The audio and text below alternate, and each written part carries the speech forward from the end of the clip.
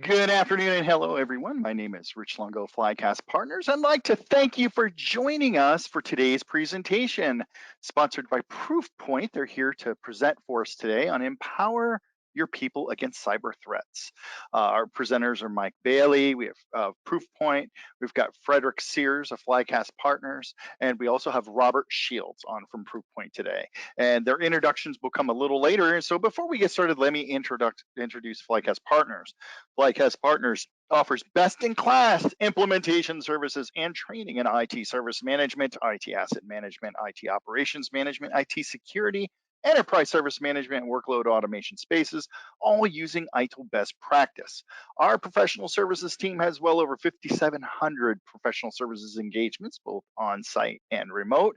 And as a company, Flycast Partners has close to 1,300 regular customers throughout Canada and the United States. I encourage you to reach out to us at 844-FLYCAST, that's 844-359-2278, or visit our website and chat with us Monday through Friday. We're standing by from 8:30 a.m. to 7:30 p.m. They're standing by to answer any questions that you may have, get you data sheets and white papers, training, remote administration services, and other professional services, or you can simply email us at info@flycastpartners.com. So before we get started, we have a short little video about a customer that we'd like to go ahead and share before we go ahead and have these guys talk to us today. So we're going to put that up.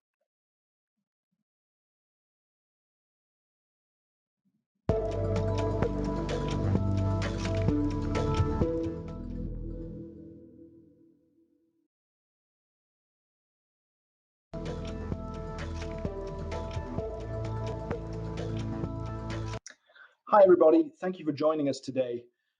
Here at Proofpoint, we know that you like to learn from your peers, to learn from other customers, and see how they've used the solution to bring value to their organization. And this conference is absolutely no different. So today, I have one of our customers, actually the CISO from St. Louis University, who's here to talk about how they use Proofpoint security awareness training for both their students and their faculty, and actually drive some of that behavior change, as you've heard throughout the conference so far. So with that brief introduction, I would like to hand it over to Rebecca Harness, the CISO at St. Louis University, to take us through her story, the use case, and the value that Proofpoint security awareness training can bring to their organization. Rebecca, over to you. Thank you very much, Mark. And thank you all very much for attending today. I really hope that this will be helpful. Like Mark said, my name is Rebecca Harness, and I'm the Chief Information Security Officer for St. Louis University and SLUcare. I've been working in information technology now for a little over 20 years, and security has always been part of my job in one shape or form. But for the last 10 years, I've really focused on information security. And it's really been the primary focus of my job and of my career path.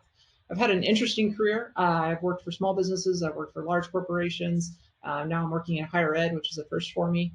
I've also founded and led 2 different technology startups, and that spent about half of my career working for myself and having others work for those companies. So it's been an interesting career. But one of the things that I've been most proud of in recent years is really my affiliation with ISACA.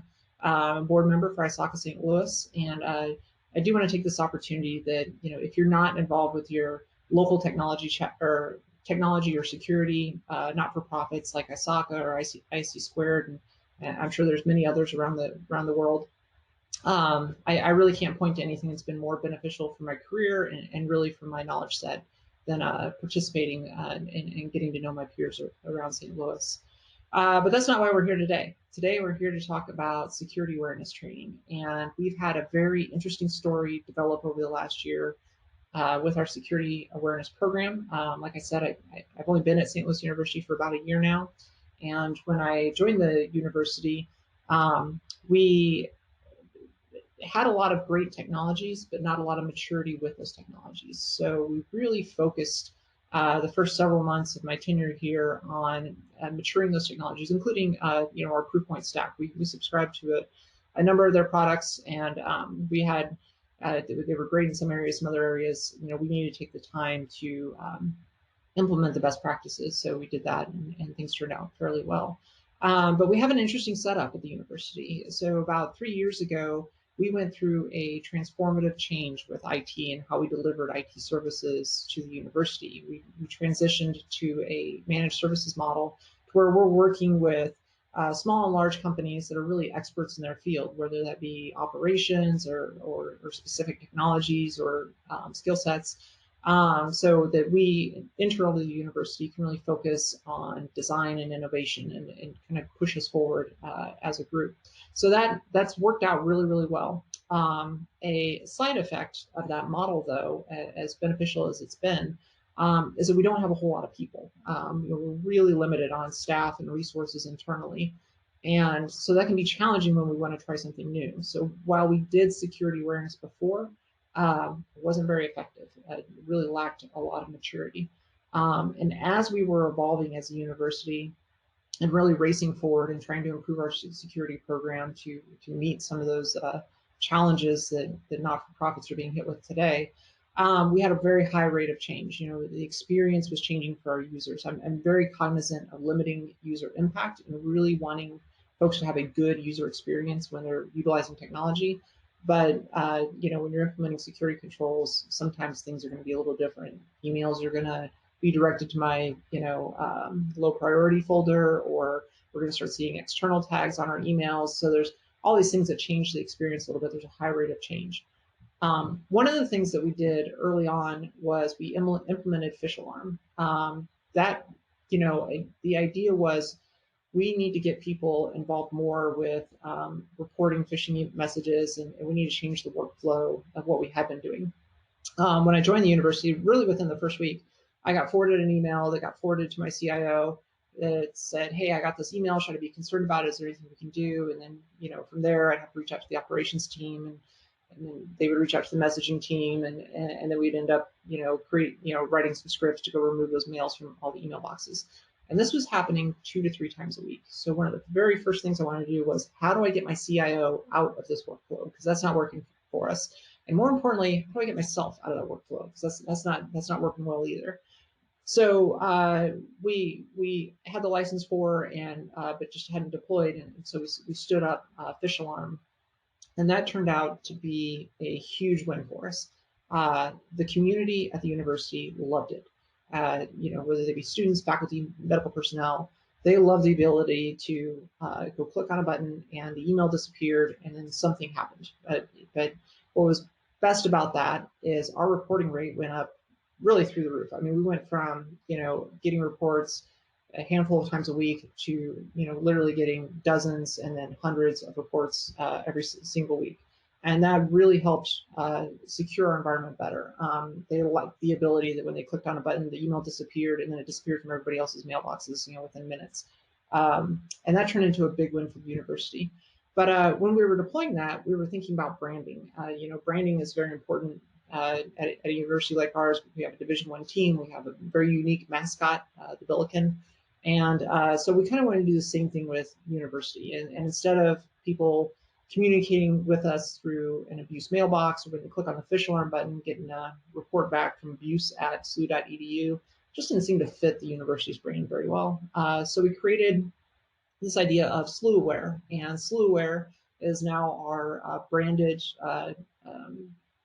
identity for cybersecurity across the university. So if we're going to communicate outbound, it's through SLU Aware. And so, we took that Phish Alarm button and reskinned it. And so now it's report to SLU Aware. We put the SLU colors on there. And that's worked out very, very well for us. But then that kicked off a thing, that was so popular and people started to feel really engaged with cybersecurity. We asked ourselves, how can we help people make better cyber decisions? And that sort of led to an idea of, how could we be graduating better cyber citizens? So that led us down the idea of thinking, well, how do we transform our security awareness program from what it is today, which is really, really challenging. It's not engaging. Nobody really likes it.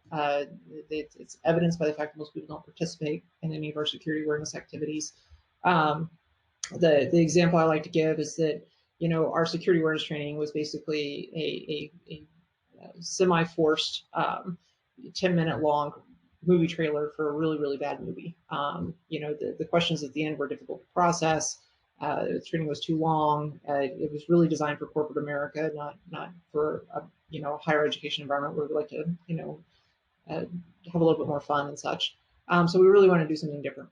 But then we also have a very diverse community here. So we've got 2,500 faculty members. We have over 600 medical providers. We have all the staff associated with running and administrating university. We have a very active scientific research community. We've got a law school, a medical school. We have a large campus in Madrid. So, we're an international organization. And we have lots of regulatory requirements. So on the medical side, obviously HIPAA is very important. If you start thinking about administration or faculty, FERPA comes into play. If you think about our athletic program and all the other things we do at the university, PCI is a big deal, and so we have pockets of users that play a role in that. So we've got a lot of training needs. We've got a very diverse population and an international population. And then of course we had the idea of, well, if we're going to educate our own folks, our faculty and staff, could we also be educating our students? Could we help them when they graduated SLU be prepared to counter those common cybersecurity threats that regardless of their career they're probably going to face? So that really led us down the path of we need to be running a continuous program. This needs to be something a lot better than just the quarterly training that appears in the lower left-hand corner of your main SLU portal. We really want to get in front of folks, and we want to present them with different options to educate themselves. Our training in some areas can be mandatory, but in most areas it's not mandatory. So they're going to have to want to take this training.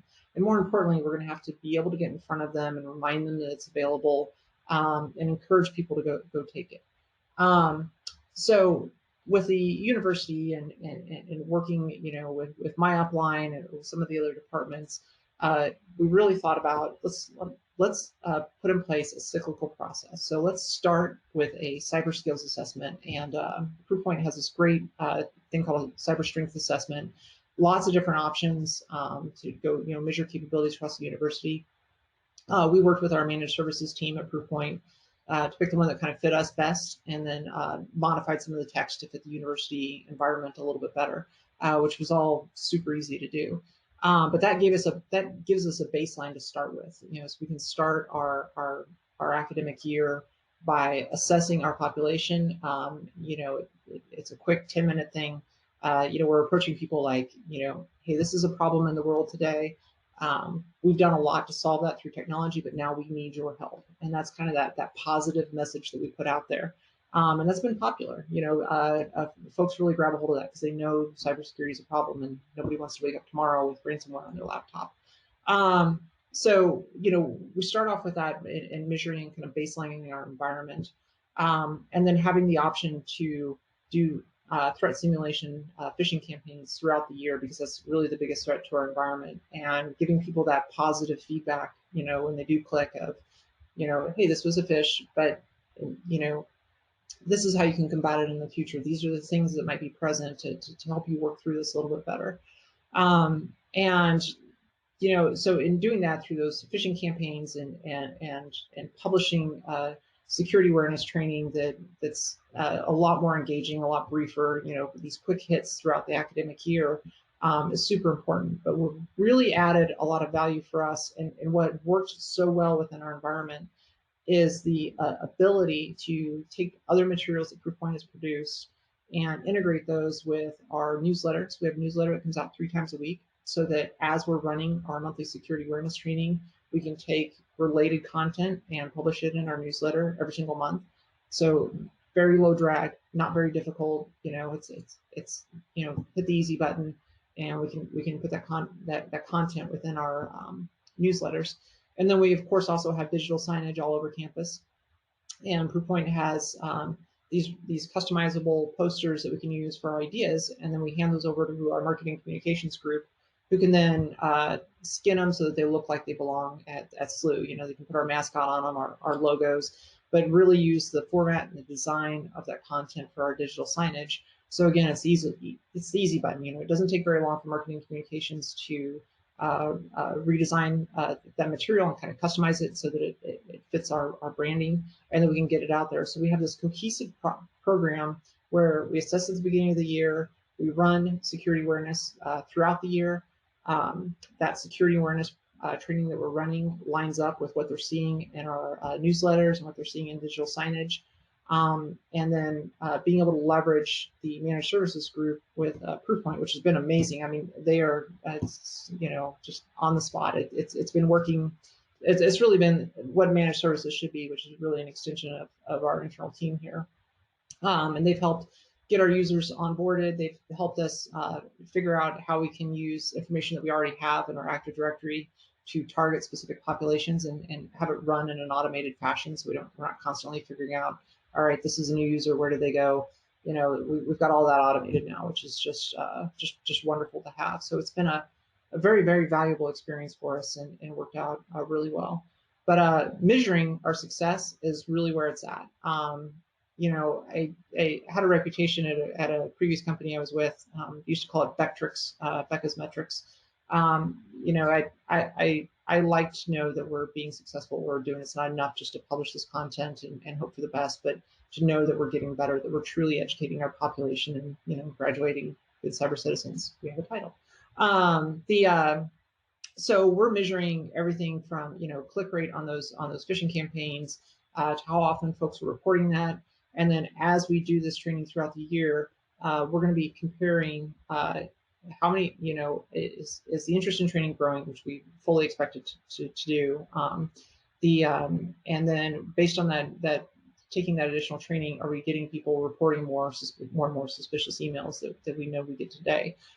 Is our click rate on malicious emails going down? Those are all things that are very important for us to measure. And being a large university, that is really key. I report our success to a lot of folks. So the president, the CFO, the CIO, who's my boss, our board of trustees, I present to them quarterly, and our faculty, staff, and students. So we're a very transparent organization. And as we get better, I now have the metrics to report out to the university, broadly, and say, hey, everyone, great job. We started the year taking the cyber strength assessment. This is where we were at as a population. We've gone through this year. Our consumption rate for our training has been X percentage. And now when we've all retaken the cyber strength assessment, we've improved by this amount. Having that insight into the success of our platforms has really been is really a key component to anything, especially at a university with so many different areas that we have to target.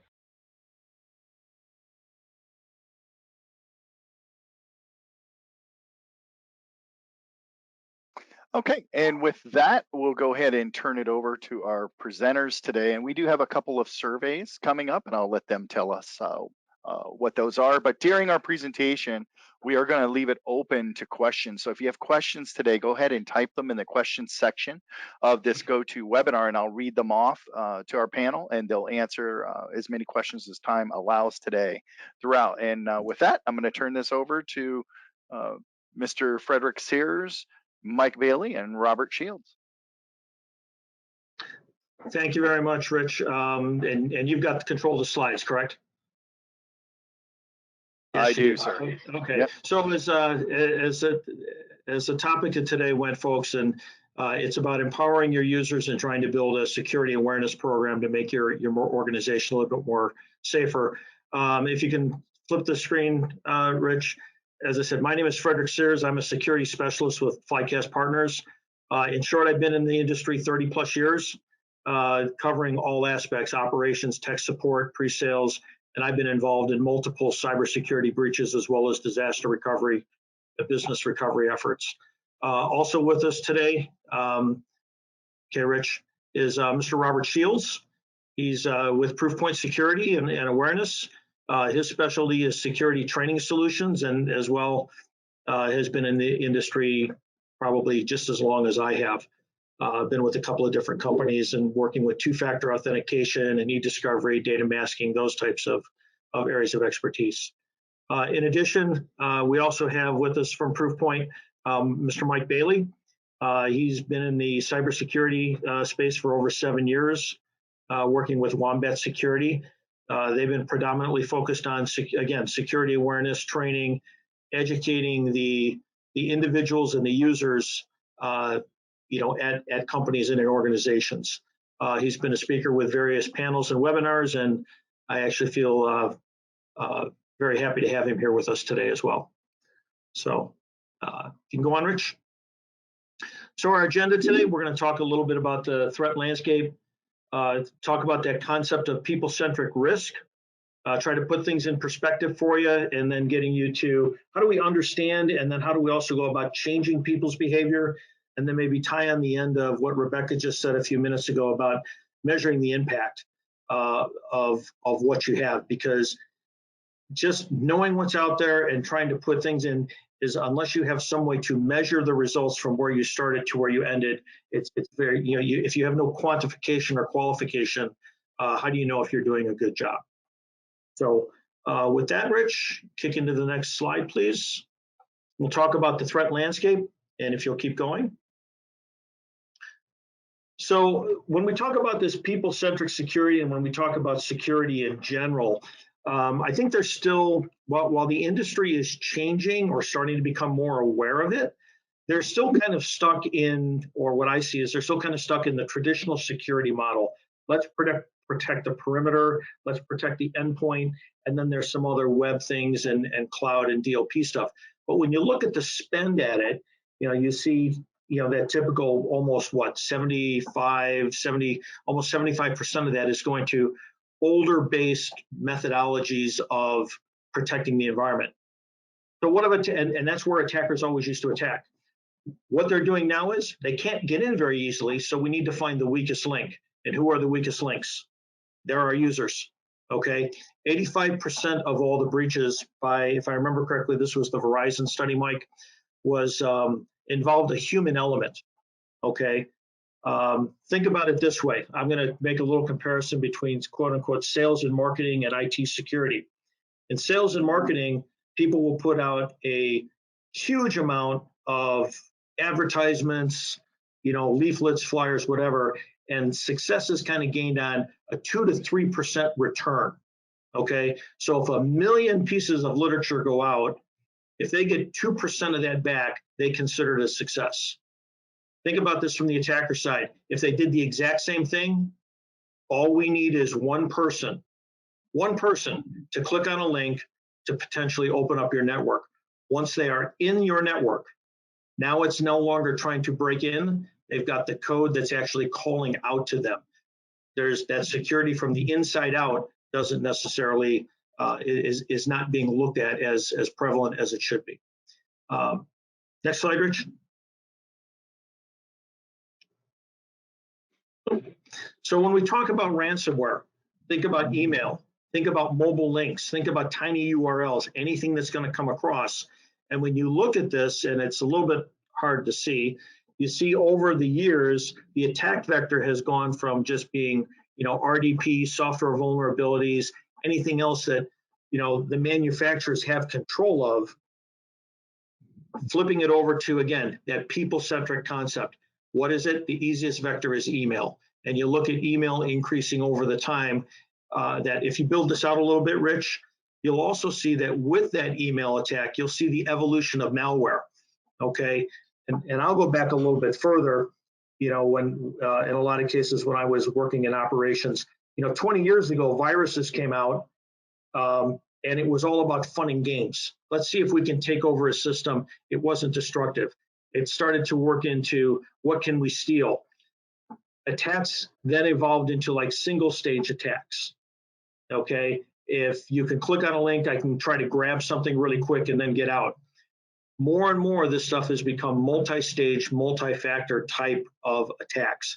It's about encrypting, it's about getting into your network, it's about starting to steal and maneuver laterally through your network, grab as much data as we can, start to encrypt it, and then when you get to a certain point, put out a message that says, listen, if you want your data back, it's going to cost you X amount of money. And won't take long, and it doesn't take much. You go out on the web today and just search on breaches, and you will see the number of companies who have been, who have been breached. Something that we should be considering coming up. We're looking at another holiday weekend coming up in about 2 weeks, Labor Day. Last big attack with Kaseya was over the 4th of July holiday. I've been challenging all of my customers to say, do you plan on enjoying Labor Day weekend? Do you know you're secure? So, and I see a few people nodding their heads. So if you click to the next slide, Rich. So what do we do to put this people-centric risk into perspective? Next, just flip through there, Rich, please. Okay, so again, start looking at the cost, and cost, everybody can look at that and say costs are subjective. This is some data from the Ponemon survey on just phishing, and aggregate over 2021, it's about a just short of $15 million in total cost to an organization for types of attacks. That's going to involve identification, remediation, data recovery. Do you have to pay a ransom to get your stuff back? Companies, that do take this, and a lot of companies do not take this into impact, is what's my quote unquote lost productivity time?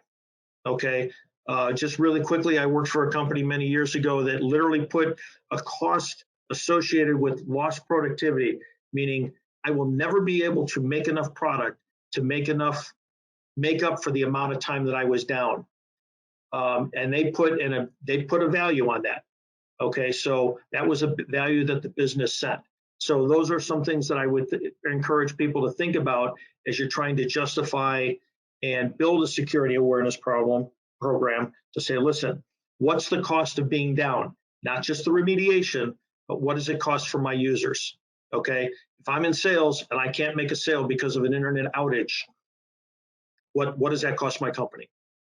Okay. Next, Rich. So we want to change the mindset. Technology is really great, okay? However, there's a challenge there. Technology is only good as the people that are using it. Technology cannot cover everything. There's going to be, you have to assume that there's always going to be something that's going to potentially slip by. Part of that is just through, call it maybe a patch.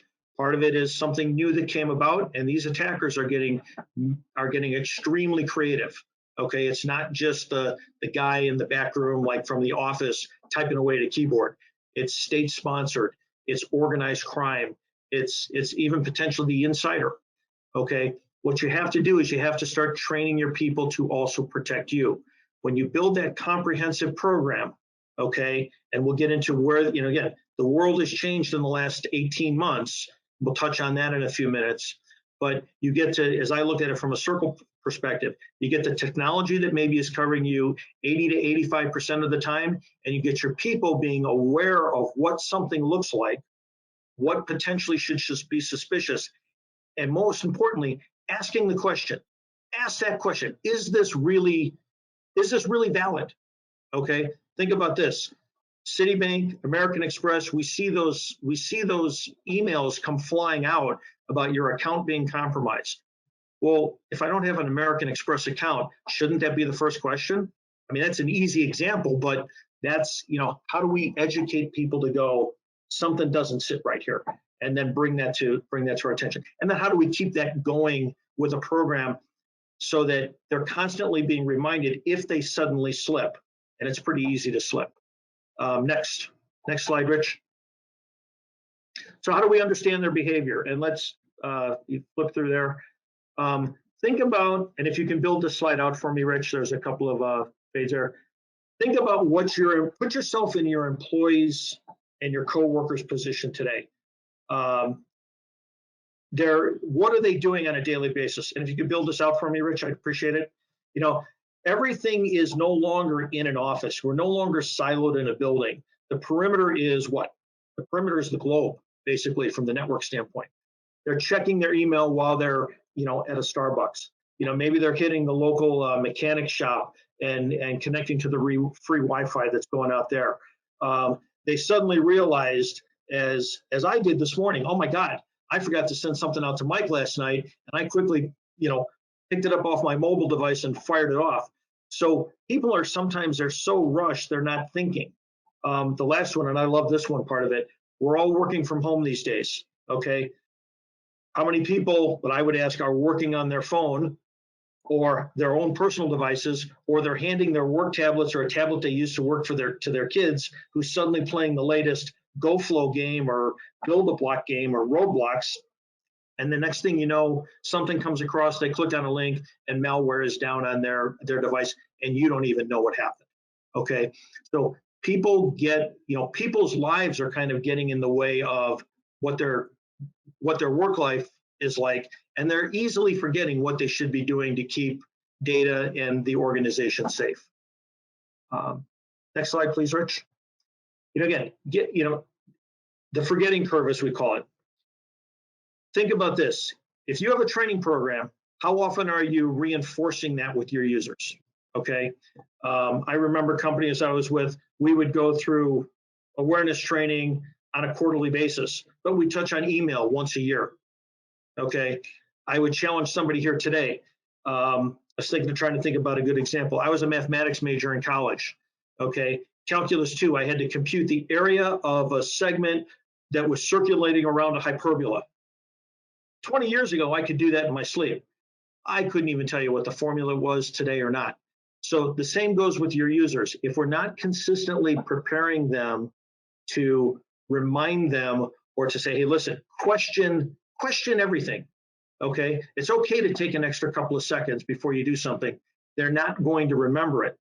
And when they forget to do something, the chances increase that they're going to let something slip, and that one slip could be potentially catastrophic to your organization. Okay. So how do we change people's behavior? I think, Mike, this is where I was going to introduce you and let you pick that up. Is that correct? Yeah, absolutely. Okay. And so Rebecca Harness, who was speaking at the beginning of this, actually, I didn't even know she was going to talk about her security awareness program. It was in March of 2020. I went to St. Louis for a Proofpoint conference, and she was telling me about this drastic change in her people's behavior, how they had gone back to the drawing board with their security awareness program and completely revamped it. And Robert knows a lot about this, but compliance is very, very, very important. It's that sort of baseline of, are you covering the boxes? Are you educating people on the privacy laws, on the things like CCPA, the things like GDPR if you're in Europe, and all these new laws coming out? But that's really the start. You need to, when you think about a security awareness program, think about the awareness component. How much are you getting in front of your users because they're forgetting? And then think about the behavior component. What are they doing? How do you measure that success? And so I thought it'd be really good to talk about that. And so if you go to the next slide, I kind of want to talk about the approach, right? When you're thinking about this, if all of your users are receiving the same education, is that really going to have the impact on behavior? Because every user is working very differently. You have people in finance and accounting and payroll, et cetera, that are doing very sensitive things with changing account numbers. Whereas people that maybe are in physical security or operations need to better understand the physical security realm. So think about that as you're building out the program of, what kind of education are people getting? And then the schedule should be changing. Like Frederick said earlier, ransomware has gone crazy this year. So if you have not gone back to your security awareness drawing board and said, okay, we need to think about ransomware, you need to adapt with the kind of threats and things that are happening in the landscape to really make an impact. And do that education based off of need. So don't just do it, we're going to plan out topics for a year, like Frederick said, like quarterly, like we'll do phishing, and then we'll do mobile security, and then we'll do cloud security, and then we'll do something else. Really think about based on need. Are users vulnerable? Are they clicking on links? Are they failing knowledge assessments? Do they not understand something? What is their role? And that's a better way to frame security awareness. And Rebecca mentioned this in hers, but this is a really critical thing. What is the messaging like? Now, she is a student population that they don't have to take the training, but I would argue that even if you're in an organization where you're requiring training, it's really important to give that positive messaging and feedback to users. You want them to trust IT security. You want them to have a valuable perspective on what you're trying to do. And then in that, giving those rewards, doing those external activities. It may just be recognition. It may not even be monetary. Hey, these 3 users reported real phishing emails last month and helped protect the organization. But you're slowly sort of changing the culture of the organization to being security aware and reinforcing that positive security messaging that you need to be doing. So if you go to the next slide, like Frederick had said, there's like this idea of like an annual program or a quarterly program. And I have that little number, and we were talking about math. 5 is greater than 20. Mike, what are you going on about? And my point is that if you're having more frequent short engagements, something like microlearning, which is a really popular topic and something we've been building into our portfolio, then you're going to better drive the behavior change. Think about it in your own shoes. When was the last time you sat down to a corporate training? In fact, I was doing some non-security awareness training this morning for something different, and you took 20 minutes and you retained all of that information. It would have been much more effective to kind of get those little chunks and bites along the way and get reminded about it than it is to have one really long training session where you're going through all the slides and just trying to click through and get through the training as quickly as you can. Because people just don't have that attention span anymore. That isn't how it operates. And if you want to expand the slide one more, you don't have to think about this in terms of what security awareness has been, which has been computer-based training or maybe a webinar or in-person training or a phishing simulation. There are a lot of other avenues to expand your program. Do you run a virtual town hall? Do you have company newsletters? Can you send out threat alerts just to make people aware? They don't even have to read it if they don't want to. Do you have a wiki or intranet with content about security awareness for users to easily access and understand? Are there chat channels? Do you have contests with rewards? Do you have advocacy programs? That's actually one of the most impactful things we've seen is rather than having people that, IT security is constantly telling you, hey, do this, do this, do this. Well, imagine what happens when the director of marketing says it, or the VP of finance talks about security awareness, or the CEO or the COO or the CFO in a town hall start talking about it.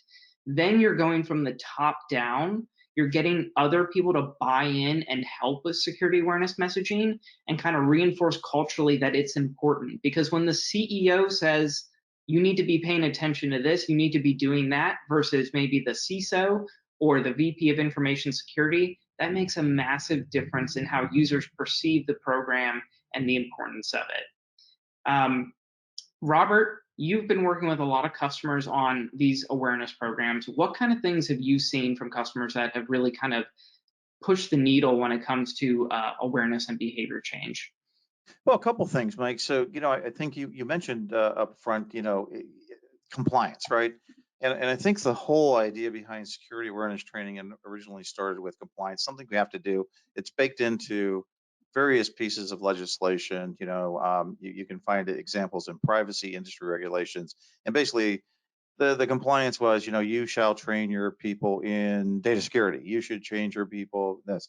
And so, originally I think it was structured that way, but interesting, Rebecca is part of ISACA, which is large, worldwide group of auditors.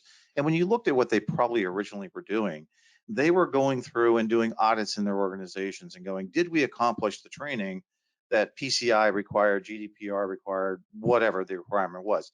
Check, we required it. What they didn't do was have the next box, which was, did that training have a measurable impact? Okay. And I think that's where we're going today is, what are those measurable impacts? Can we see that people are changing their behaviors? Do they have a thought set, mindset of, if I see it, I'll report it? Do I stop and think before I click a link? Do I think more securely when I'm at home? All of those things that, we want people to be doing. What we can do on that is we can look at metrics within organizations, and people are now really interested in having extractions of what their security programs are doing. How often are people clicking? How often are people reporting? So that whole idea of measuring is becoming very, very important. And the other thing is too, is they're realizing that the folks out there are, we have changing demographics. You need to have more entertaining, more lightweight training. And Mike, you mentioned micro training. That's very, very popular. Short, quick hitting, 60-second videos that are not only, well produced and visually engaging. Some of them are funny. They're entertaining. They make you laugh. What a better way to make people retain information than to entertain them and think them. So some of those things that are going on. And then Mike, something that you've seen too is positive reinforcement. The carrot versus the stick. So that's what I've been saying. Yeah, and that's one of the great things that I've seen from clients. I started in the industry way back, when dinosaurs roamed the earth in 2014, and a lot of the programs then were punishment based, right? Negative messaging, don't do this, stop doing this. And they realized that users were just tuning out. They were going, okay, yeah, they're getting angry at me. I'm getting yelled at by IT security. Okay, whatever, thanks. Whereas organizations that start to say, hey, we're going to reward you. Thank you for doing this, right? You're protecting the company, or we put you into a drawing and you get a gift card for doing this. People are going, oh, wow, okay, I can do that, right? I can report a suspicious email. I can send this to security. I can, complete my training and maybe listen in on this webinar. And I also think that a big component of it is not just the positive messaging, but how do you relate this to people's home lives? We've seen attackers going after 401k accounts. That's terrifying, right? That's somebody's entire life savings that attackers are now trying to go after. It's going after your bank accounts. It's reusing passwords when attackers go in and they try to get into your different accounts, and they hack your Facebook account, they hack your email account and try to wreak havoc, right? Kind of making it real for users can be very helpful. And on the slide, I sort of showed this, call it the iceberg of user risk. So we started, like Robert talked about, in this compliance realm. Did they complete the training? Check the box, right? That was Security Awareness 101. Then we moved on to phishing simulations, right? And people have been using those a lot in their programs, where how much are people clicking? But kind of more importantly than the clicking is, are people reporting it? So we've done a lot with our email add-in Phish Alarm, and this is available from other vendors as well. But when users start using that reporting button, they're demonstrating that they're not just avoiding the bad, getting caught by phishing simulation, get that page up and closing it out and going, oh no, they got me. But they're actually doing the good. They're saying, you know what, this looks suspicious. I'm going to send this to the security team. Because that's the behavior that you want, because your team needs to be aware of it so that they can take action. Even if a user clicks it, hey, no worries. Thank you for letting us know. We're going to take a look into this and make sure that everything's okay. But then when you kind of go under the surface to these real impacts, and these are things that you can measure sometimes in email security, you can look at other data that you have. What is the real click rate of malicious messages? This is something that Proofpoint does, and you can probably get in other email vendors, not just the simulations, but the real messages coming through that are known malicious. Are users clicking those less, not just the simulations? When they're reporting the messages, what kind of messages are they reporting? Are they reporting safe messages? Are they reporting spam, bulk email, marketing email? Or are they reporting truly suspicious or malicious messages? Now, we offer that sort of analysis of what we do with the messages, but when your users start to report more malicious and suspicious messages, they're getting it, right? They're getting trained, they're getting that reinforcement of understanding what they're doing. And then finally, the real impacts. And if you go to the next slide, I'll kind of expand on the real impacts, because there's a bunch here, right? So think about successful phishing incidents. Does your organization measure them? Maybe monthly, maybe quarterly, maybe yearly, maybe you have help desk tickets, right? Are those decreasing as a result of your security awareness program? And we have seen organizations drastically decrease their successful phishing incidents. In fact, we had a university a few years ago that cut that by about 90%. They were getting about 6 successful phishing attacks every single month, and they cut that to 1 or less every single month just through security awareness training. Credential compromises, do you track those? How many you're having there? Insider incidents, as Frederick mentioned, those are an increasing type of threat that we've seen today. We have Observe It, we acquired, that does insider threat management, and we've seen those types of threats exploding, especially with working from home. And then machine remediations due to malware and ransomware. Some organizations track these, right? They have a ticket that has a certain designation where they have to go out, fix the machine, and think about how difficult that is now that everybody's working from home, right? Does the user have to go into the office? Do they have to ship it somewhere? Does somebody come to them, right? That's a whole nother angle to it. And also, like I mentioned earlier, reported emails by users, and this is something that we kind of help show. And so those are real things that impact your security infrastructure. And when you measure those things and you kind of show the change of those things, you're going to get likelihood of a future investment. It's not just a simulation, it's real impacts that will make a difference. And if you go to the next slide, I really love this. We had this, amazing presenter at our annual user conference, and they talked about, like, don't be the sky is falling chicken little, like everything is panicky all the time in security. Like, you just can't do that. It becomes too much for stakeholders. It becomes too much for your CISO. And so we have something called the CISO Dashboard where, from a quantitative perspective, we'll show you, how are you doing overall? How are you doing compared to your others or industry peers? How do you rank, right? Are you doing really well? Maybe not so well. You need to focus on this. And then we'll show you with a little red or yellow, like, you got to work on this, right? Or these areas need improvement. But also consider qualitatively how you're communicating about your user security awareness posture.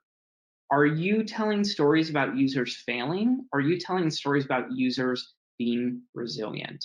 Because the latter is so much more impactful to what you're doing with security awareness. We had a client that talked about how an executive member had been really scared that he clicked on something, opened up a malicious file, and then he ended up reporting it. He said, I've seen all this stuff about security awareness, all this stuff about ransomware. He's like, I just wanted to get this out in the open that I did this. And that was hugely impactful because they shared that with the CISO, they shared that with the CEO, and they said, this is making a difference. Even executives are kind of taking note of their own behavior, what's going on here. And so those kind of stories are really powerful to tell alongside your quantitative metrics. And one of the other things that we've seen a lot of clients do is just send out a survey through SurveyMonkey, through Microsoft Forms, through Google Docs, whatever your preferred technology, just asking users about their sentiment. How is the security awareness program? Is it helping you? What can we do better, right? And taking that feedback and sharing that with the stakeholders of, hey, here's some things that users like about the program, and here's some things they don't like. It's also very helpful directionally to understand, is your culture changing? Do users like this? And what do we need to do to make them more engaged with the program? And so I just think those are some really important strategies where it's not just about measuring the impact, but then it's about sharing it to get continued buy-in and really drive that security awareness culture. So with that, we've done a lot of talking. Would love to hear your questions or your feedback about your security awareness programs, your security posture, or anything related to the area. Now, one of the questions I get a lot, and I'm actually fully expecting it to see pop up at any moment now, is how frequently should you be doing these activities, right? We showed that little forgetting curve about after 7 days, retention drops pretty dramatically. And what we've seen clients do is they are doing things much more frequently than they used to. So it used to be that things were very quarterly or biannually or yearly, but now we've actually seen for monthly, we've seen bi-weekly, we've seen weekly security awareness activities start to really ramp up. So there's the poll there, and you can answer that and give us some information about how you're running your program and how frequently you're doing these activities. Folks, go ahead and at this time, while we're taking our poll, this is a good time to type your questions in. We have the folks with the knowledge and know-how on today, and they'd love to answer your questions. So please go ahead and type those questions in. Right now, we've got several of you that have already voted. So go ahead and keep those votes coming in. It does look like a lot of you have some kind of program in place based on how the poll is going so far, but we'll give you about another 30 seconds or so and give everybody a chance to answer. Some interesting responses here. If you have your questions, go ahead and type those in. I'll be happy to read them off. But we'll be closing the poll in about 15 seconds. So get your wow. That surprises me. One of the answers there. So I'm looking forward to sharing these poll results. Actually, kind of interesting. Some of the answers, and we're going to go ahead and close the poll right now. Let's see, and then we'll share the responses. Okay, and let's share our poll response. This is what you folks said that you're doing currently. Well, congratulations. I can tell you that this group is better than the average for sure, based off of what we're seeing there.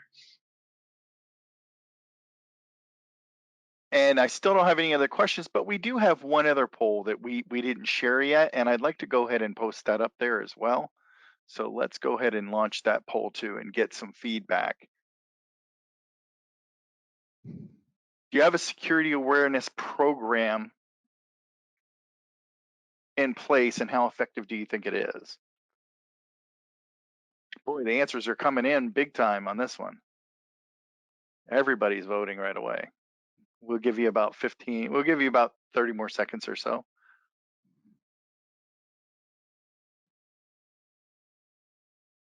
Wow, I'm surprised that they have no program in place. That's unfortunate.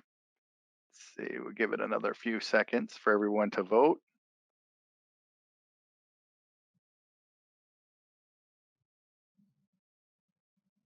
And you can still type your questions in. I know we've gone over time a little bit, folks. That's fine. We'll try and sneak in a question or so if you've got it. Almost the majority of the audience has voted. We'll give it about 7 more seconds, and then we'll share those poll results. Okay, we'll close it out, and let's share our poll results here. Wow. Okay.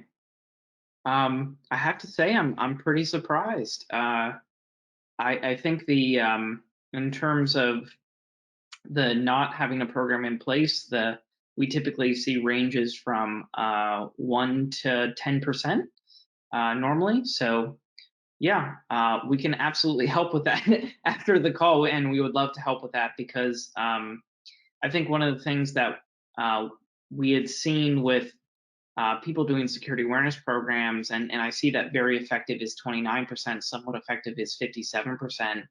We've on average, and this is actually in that Ponemon research, seeing organizations that implement a program get about a 53% reduction in the cost of phishing just from their security awareness program. And so I think that's hugely impactful when you think about security awareness costing maybe a cup of coffee an employee a year.